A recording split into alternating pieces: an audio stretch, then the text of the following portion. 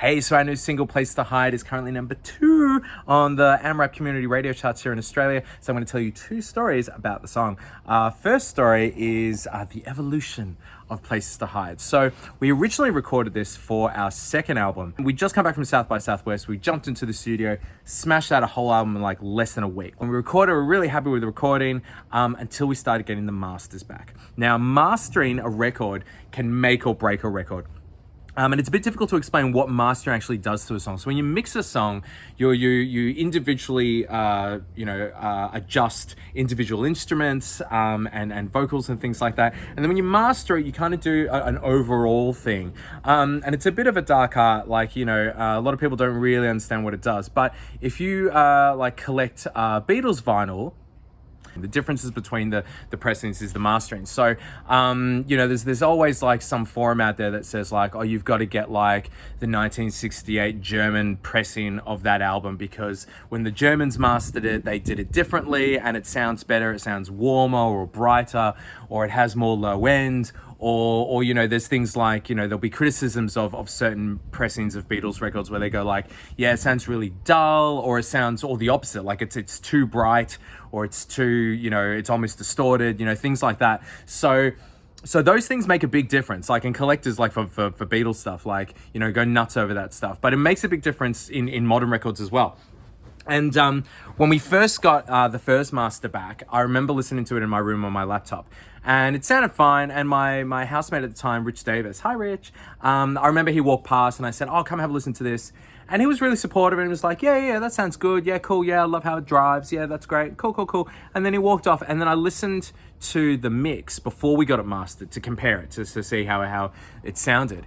And he walked past my room again and he popped his head in and went like, is that the same song? And I've gone like, yeah, but this is before I got mastered. And he goes like, because this sounds like a million times better than what you just played me. So like, if I had to make a choice like today over what to send to radio tomorrow, I would send them this and not what you played me before. And that was really the beginning for me of really going, yeah, there's something not right about this master. It's not really doing the song justice. Like the song doesn't sound exciting. The song doesn't like have all this life like it normally does when we play it live. And so we got it mastered again. Like it literally got mastered 5 times. Like the original guy who mastered it again because even he wasn't happy with the first one. We sent it to these people in Sydney who came highly recommended.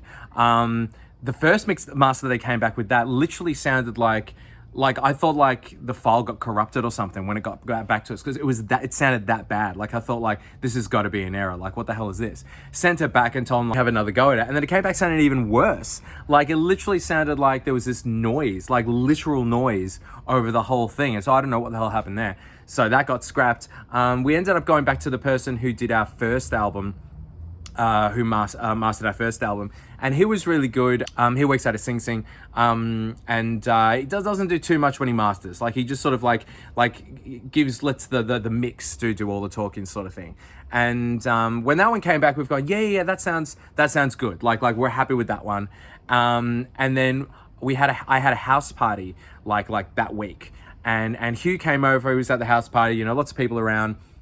And I was DJing, and like Hugh and I went like, we should play like the new song and see like how it goes at the party. So we planned this thing, and I made a big deal about it. Like I went on the mic and was like, hey everyone, stop, shut up, everyone stop talking. Like I made a big song and dance about like, this is the new single, it's gonna blow your head off, like, and like, made everyone shut up and listen to it. And then I hit play and it just didn't do anything. It was absolute crickets.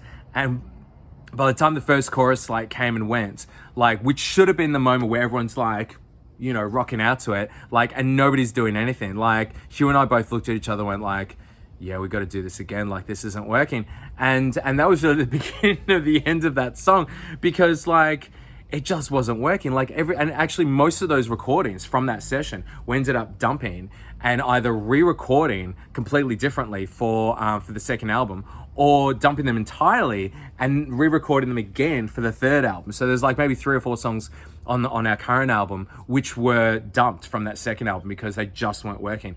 And so now that like when we re-recorded it in Portland with Dominic and with Ken on bass, like, which is the crucial difference, Ken is on bass now. it suddenly came to life. Like the song actually did the thing it's supposed to do, which is like freaking rock out and make you do this, as you're listening to it, which is amazing. Like, and I think literally the only difference is that we've got Ken on bass. When he adds the low end, it means that the guitars don't have to be so loud. And it means that the song can breathe and all the dynamics come back to the song and it sounds the way it should.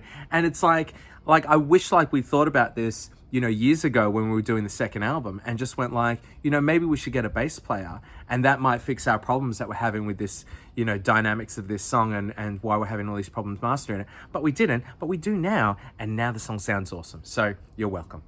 Have fun. Enjoy.